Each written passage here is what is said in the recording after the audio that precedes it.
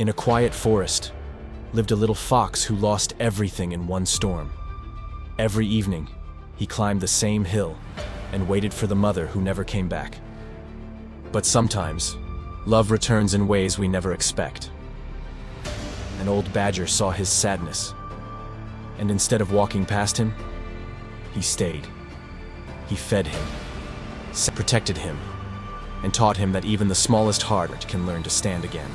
He waited for the love he lost, only to find a new love walking quietly beside him. Because family isn't always the one we are born with.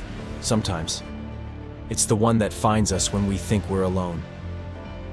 A story of loss, courage, and love returning. Sometimes hearts break, sometimes hearts heal, and sometimes they find each other.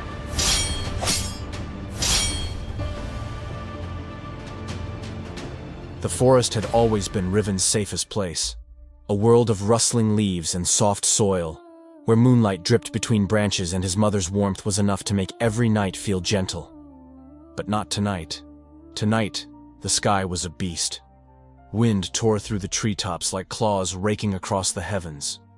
Thunder rolled in angry waves, shaking the ground beneath tiny fox paws. Lightning ripped open the sky, a flash, then darkness, then another flash again, harsh and white. Riven stumbled after his mother through soaked leaves, heart hammering. She moved fast, too fast, her golden fur slicked by rain, ears high, sensing danger in every sound. "Stay close, Riven," she urged, voice tight. Not fearful, but ready to fight the storm itself if she had to. Water surged around them, rising from the riverbanks, turning paths into rushing streams. Trees groaned under the weight of the wind, creaking, bending, threatening to break. Riven had known storms before. They were loud, wild things. But this one felt different. It felt angry, alive. His mother pushed him forward with her muzzle, nudging him toward the thick roots of an old oak. A safe place, a shelter. Crack! A branch the size of a wolf crashed beside them, splinters flying like arrows. Riven yelped and jumped back. His mother growled, teeth bared at the storm, as if warning it to stay away from her child. Clouds split open again with a violent roar. The air tasted like metal. The smell of wet earth clung to every breath. "Almost there," she whispered, voice trembling only once, only enough for Riven to notice and understand. She was scared too. They reached the oak just as a flash erupted overhead. The world turned white, blinding. A rumble exploded inside the ground, shaking stones loose, shaking the world itself. And then, the slope above them shuddered. Riven heard it before he understood it. A deep, grinding roar, like the earth clearing its throat. Mud, stones, roots tearing free, a landslide. His mother's eyes widened, just a heartbeat, but he saw the fear. She shoved him beneath the oak's arch of roots, body curling protectively around the opening.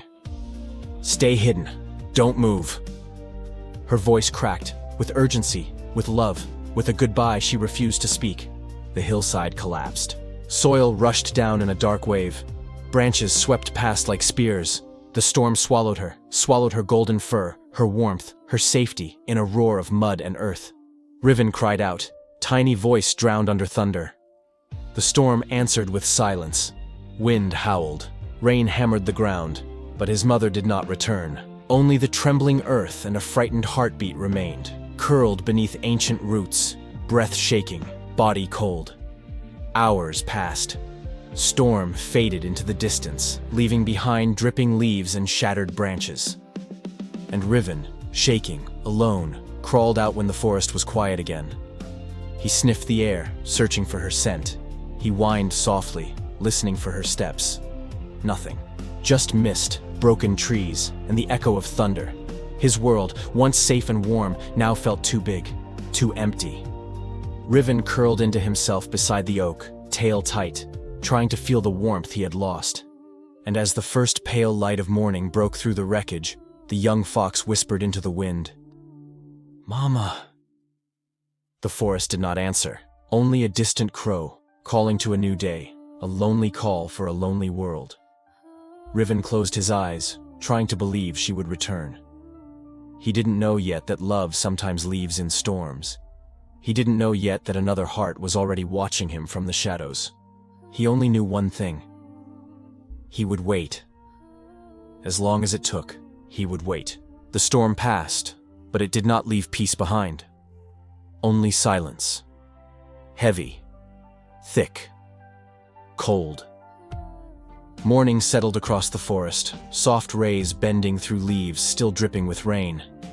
The world tried to look gentle again, as if nature wished to apologize for the night before. But to Riven, it all felt wrong. The forest smelled different now, not of safety, but of uprooted earth, broken bark, and loss. Everything familiar had shifted. Every sound felt sharper, every shadow too deep. He wandered in small circles near the fallen hillside, nose low to the ground, searching desperately for his mother's scent. A whisper here, a trace there, but fading. Always fading. "Mama," he whined softly again, voice hoarse from crying. Only the breeze answered, carrying the distant calls of morning birds who had already moved on.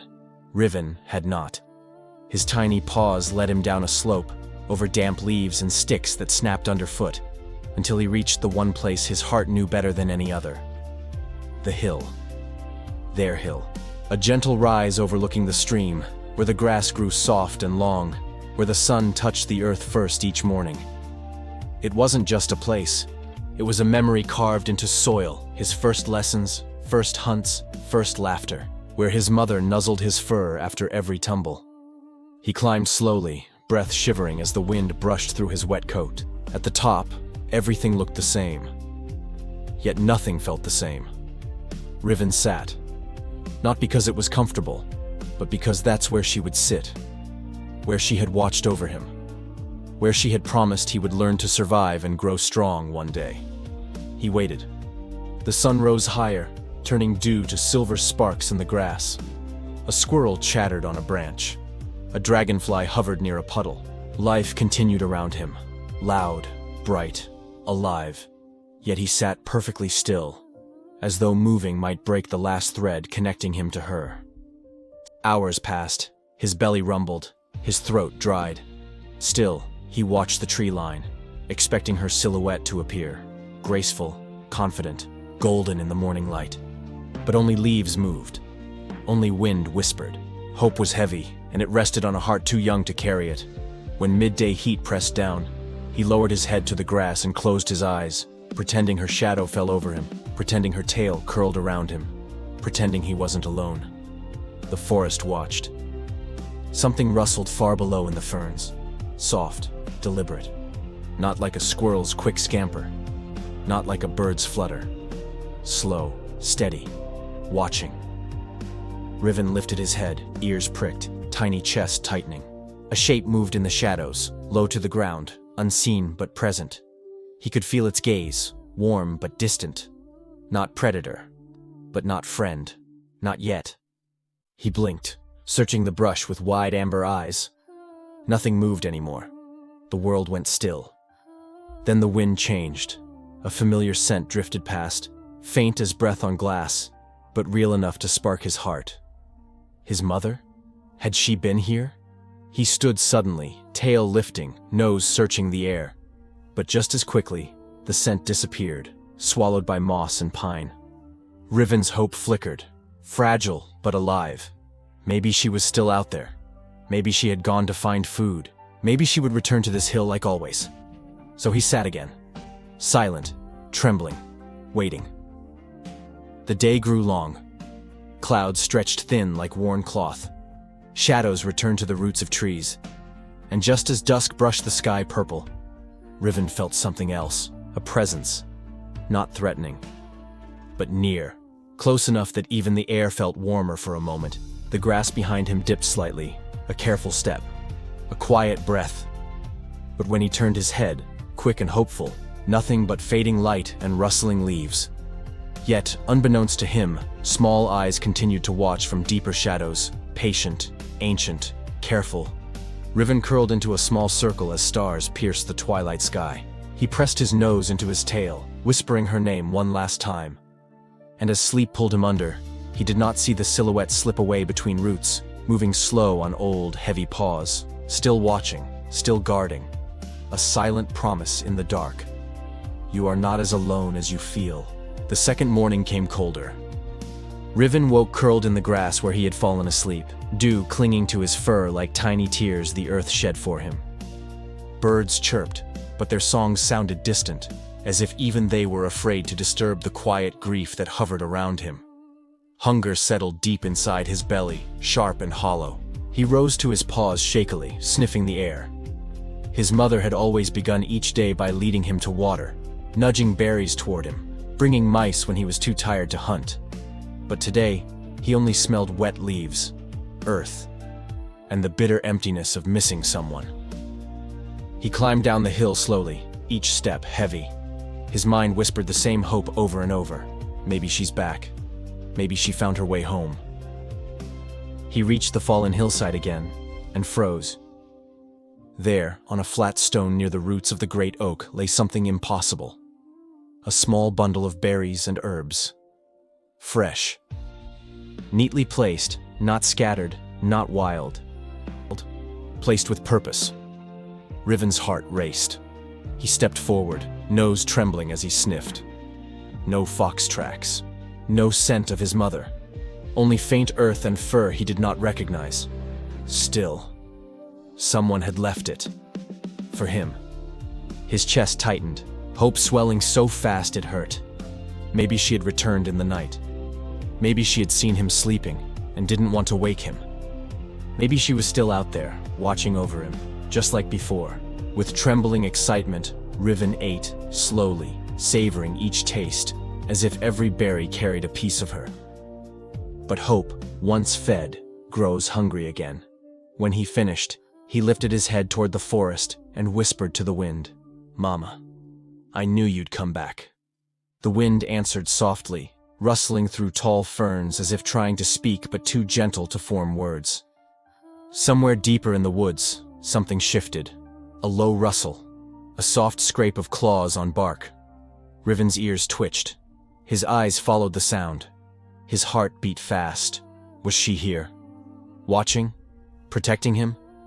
A shadow moved behind a cluster of brambles, slow, deliberate. Riven took a hopeful step forward. Silence. Then, a single crack of a twig, and the shape slipped away, lost to the underbrush like mist swallowed by trees. His tail flicked with anticipation, but doubt tugged too. That shape, it didn't move like her. It was heavier, lower. But hope is a fragile thing, breakable, yet stubborn. He returned to the hill and sat again, chest warm now, not icy. For the first time since the storm, his eyes sparkled with life. The sun dipped slowly across the sky. Clouds drifted. Birds flew overhead in gentle arcs. He imagined his mother among them, silently promising to return at twilight. Evening came. Stars bloomed in the sky like distant fireflies. His hunger returned, but not as painfully. For now he believed he was not forgotten. Just before sleep pulled him under, Riven heard it. A low grunt, a quiet shuffle of soil, something moving nearby, slowly circling, watching him like a silent sentry. He did not lift his head. He only smiled, small and tired. "Good night, Mama," he whispered to the wind. Hidden behind a wide trunk, the old badger Bram exhaled, not a sigh, but something deeper. A sound shaped by age, worry, and a weight he carried alone. He looked at the small fox curled against the stars. And though he knew the truth the cub could not yet bear, he placed another offering of berries beneath a fern for the morning. Then disappeared quietly into the night. Protecting. Watching. Silent. Still. The guardian no one saw. Night returned like a slow-falling curtain, heavy and endless.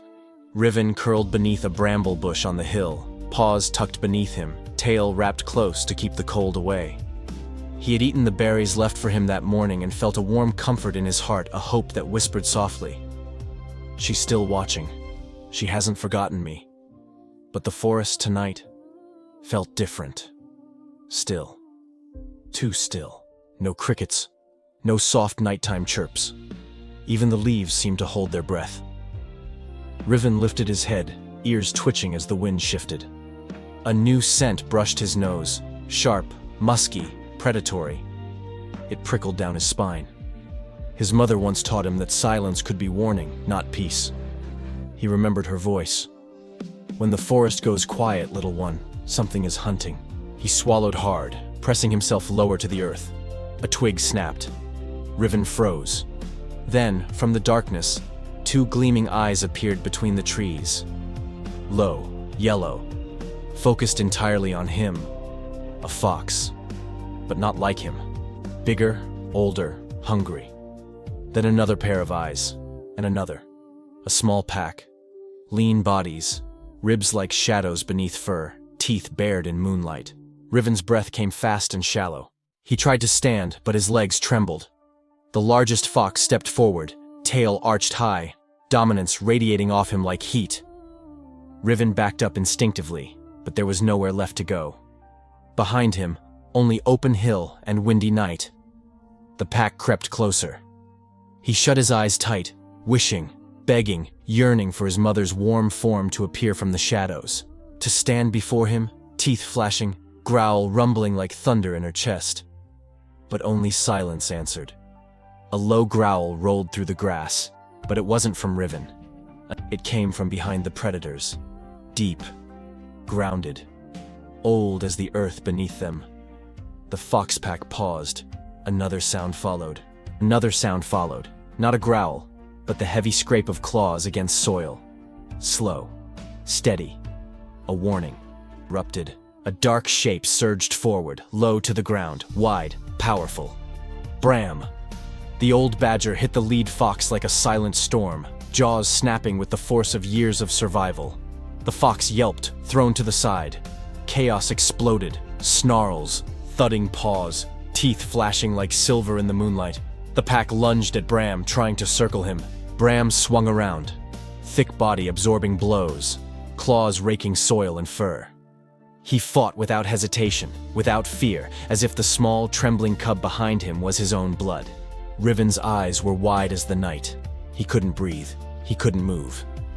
All he saw was fury and protection crashing together in the moonlight. One fox sank teeth into Bram's shoulder. The old badger grunted, deep, pained, then smashed the attacker against a root with brute strength born from a lifetime of battles. The pack, sensing danger greater than their hunger, backed away, snarling, bleeding, humbled. One by one they slipped into the forest, vanishing as quickly as they came. Silence returned. But it was different now, heavy with the echoes of violence. The moonlight caught on blood-stained leaves. Bram stood still for a moment, chest rising and falling heavily. A thin line of fresh blood traced down his fur. He looked toward Riven, not directly, but enough that Riven felt seen. Protected. Before the little fox could make a sound, a whine, a question, a word, Bram turned. Quiet, slow, and disappeared into the undergrowth once more, leaving only his scent behind, soil, earth, age, strength. Riven stared into the darkness where the badger vanished, heart pounding. He didn't understand. Why would someone fight for him? Why would a stranger shed blood to save a cub not his own? And beneath the confusion, another thought flickered, wild and desperate. Was the storm wrong? Is someone still watching over me? He curled back into the grass, trembling not with cold this time, but with the echo of danger and the warmth of unseen love. Above him, stars glittered like silent witnesses. The wind whispered through leaves, softer now, like a lullaby to soothe a frightened child. And Riven, still shaking, whispered again into the night, "Mama, I felt you." In the darkness beyond sight, Bram paused, just for a second, as if the words touched him. Then he continued walking, slow and steady, leaving silent footprints in the damp soil. He did not look back. He did not need to. He would return. He would, as long as the cub breathed, he would return. Some bonds are born not from blood, but from broken hearts that recognize each other in the dark. The storm that once shattered his world had long passed. But inside the young fox, a quieter storm still lived, one made of fear, memory, and hope that hurt to hold. He walked beside the old badger now, paws brushing fallen leaves, tail low but not dragging like before. They did not speak much. They didn't need to. Every few steps, the badger slowed his pace, letting the fox catch up, as if to say, "You don't have to hurry, I'll walk at your pace." They reached the entrance of a burrow, sprawling, warm-scented, lined with leaves and moss. Not the fox's home. Not yet. The fox hesitated at the doorway. The badger didn't push him in. Instead, he settled outside, letting the little fox choose. The young fox sat too, just near but not touching, the closest he had ever allowed himself to rest beside someone since the storm took everything. Quietly, the old badger nudged a small pile of berries toward him. No words, just offering, just kindness. The fox's throat tightened. It wasn't hunger that made him eat, it was need. Need for warmth, need for safety, need for something he didn't dare name yet. The berries were sweet, and so was the feeling of not being alone. The badger watched him with patient eyes, not claiming him, not replacing anything, simply being there. When the fox finished, he raised his head, and for the first time he didn't look toward the hill to wait. He looked at the badger, and whispered inside his own heart, "Maybe it's okay to rest. Maybe love did not only belong to the past. Maybe it was slowly walking beside him now." Night arrived quietly, the way snow falls in dreams, the way sadness enters without knocking. And in the hush of darkness, the forest changed. Crickets fell silent, owls paused mid-call, the wind held its breath. The young fox lifted his head, ears twitching, every sense sharpening.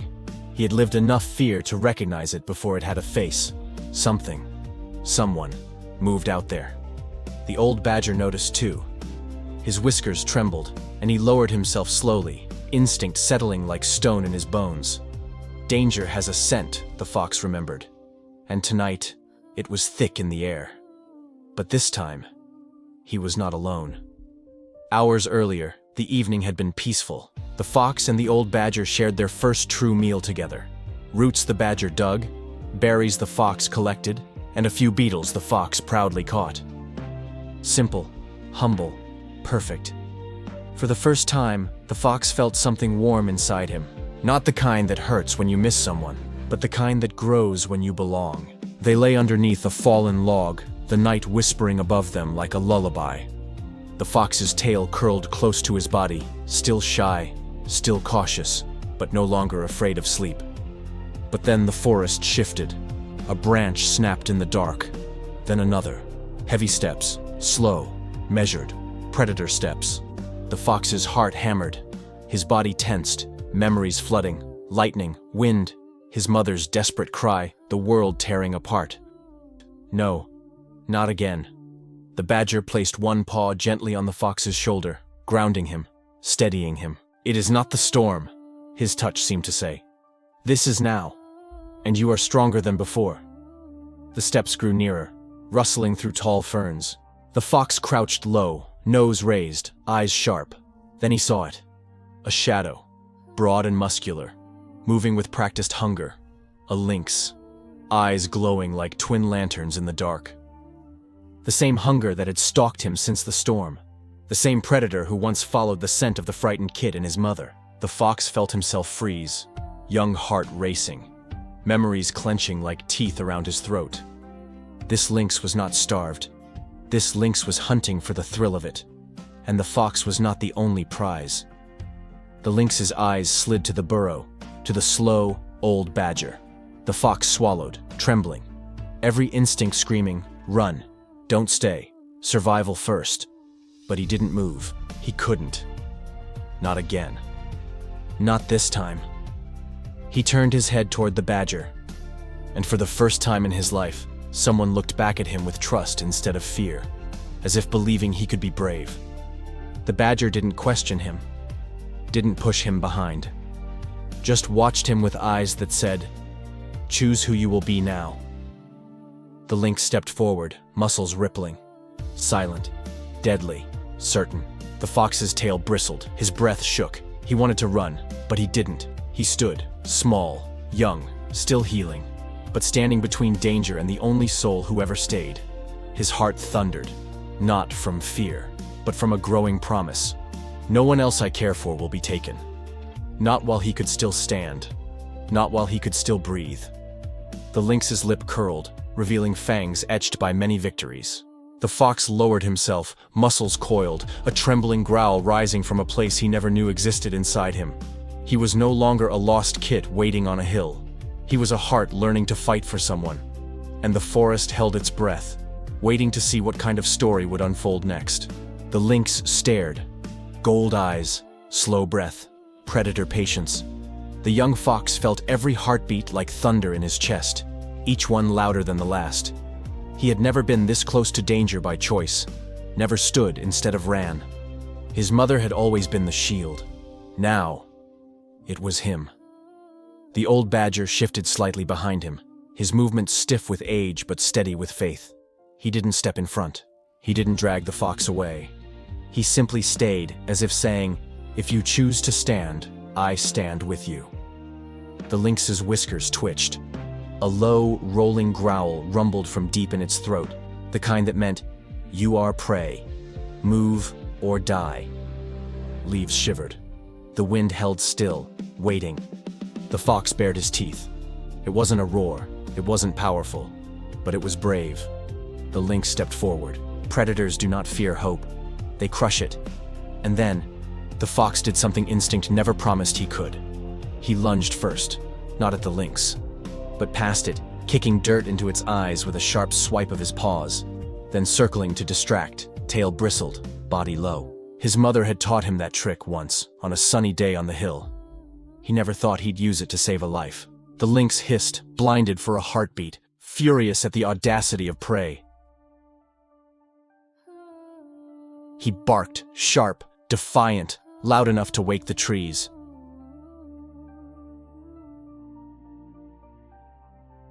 In that split second, instinct tore at the fox. Run. You're still small, still hurt, still learning.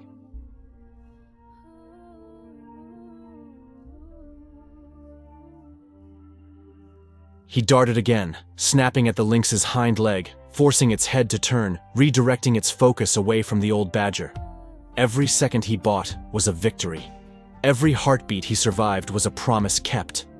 The lynx struck, claws brushing fur, nearly catching him. Pain sparked down his side, a warning, not a wound. The fox stumbled, but did not fall. And then, like thunder from beneath the earth, the old badger moved. Not quickly, not gracefully, but with the unstoppable weight of devotion. He slammed into the lynx's side, teeth sinking into a hind leg, surprising the hunter with the strength hidden in age and loyalty. The forest exploded with sound, snarl, bark, cry, scuffle. Leaves burst upward, moss tore, life fought for life, and for a moment, just a breath, the predator faltered.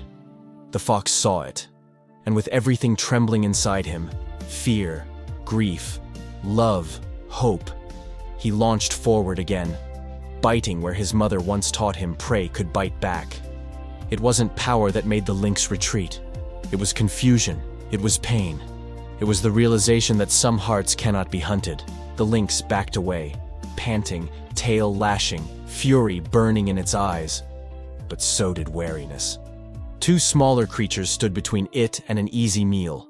One young, one old, both relentless. Some hunts simply aren't worth the wounds. With a final hiss, the lynx melted into the shadows, swallowed by ferns and silence. And then, for the first time since the storm that stole his world, the young fox's legs shook not from fear, but from victory. He turned, breath ragged, and found the badger watching him. Not proud, not surprised, just soft-eyed, full of something deeper than thanks, full of belief. The fox's chest ached, not from claws, not from fear, but from the weight of realizing he had protected someone he cared for. And in the space of trembling breaths and beating hearts, something changed forever. Not just safety, not just survival, but belonging. The fox didn't run. The badger didn't turn away. They stood, side by side, bruised, breathless, alive, together. Because love, when found again, is not fragile. It is fierce. And tomorrow the forest would know a new truth. The fox no longer waited for strength. He had become it. Morning did not rush into the forest that day. It crept gently, like a parent checking a sleeping child. Soft gold filtered through leaves, and two figures rested beneath them, weary but whole. The young fox lifted his head first. His body ached. His fur stung where claws had grazed him. But he was breathing, and beside him so was the old badger. The fox watched the rising sun and felt something unfamiliar settle inside him. Not fear, not sorrow, not the hollow space grief once carved, but pride. Quiet, warm, steady. The kind that grows only when you protect what matters. Later, they walked together, slower than before, but close. The badger paused often, giving the fox time to rest, and each time the fox sat, the badger waited too, without question. Not protecting him, not leading him, walking with him. It was a simple kindness, the kind the fox once thought he'd never feel again. They returned to the hill, the place where the fox once waited alone, where he cried, where he hoped until hope hurt, where he believed love only lived in the past. He stood at the crest. The breeze brushed his fur. Memories rose like mist, soft, not sharp. He remembered his mother's voice, her lessons, her warmth, and instead of breaking him, the memories held him gently. He lifted his face to the sky and whispered into the wind. I didn't forget. A leaf drifted down, light and peaceful, settling beside his paw, and he knew she would always be part of him. Loss had not emptied him, it had shaped him, and love, unexpected, quiet, loyal love, had filled the spaces grief once claimed. He turned to the badger. The old creature didn't speak, didn't need to. The fox stepped forward not as a guest, not as a frightened survivor, but as someone who had finally chosen to live again. And with a slow, calm breath, he pressed his forehead gently against the badger's, not as a replacement, but as family, a new one, a chosen one earned through kindness, courage, and the willingness to stay. The badger's eyes softened, full of a tender pride only time and experience can hold. The forest sighed around them, leaves rustling like applause, birds calling like blessings. And together, they walked from the hill, not leaving the past behind, but carrying it in a way that made room for the future. Because love doesn't always return the same way it leaves. Sometimes it comes back in new shapes, in different footsteps, in gentler voices, in unexpected hearts. And now the young fox knew. He did not wait for love anymore. He lived in it. Sometimes the family we find is the one that heals us. And sometimes the bravest thing we can do is let ourselves belong again. Rise up in the face of the fight. With every scar you'll find your life. Through the flames you'll see the light. Hero's journey until the end of the night. In the day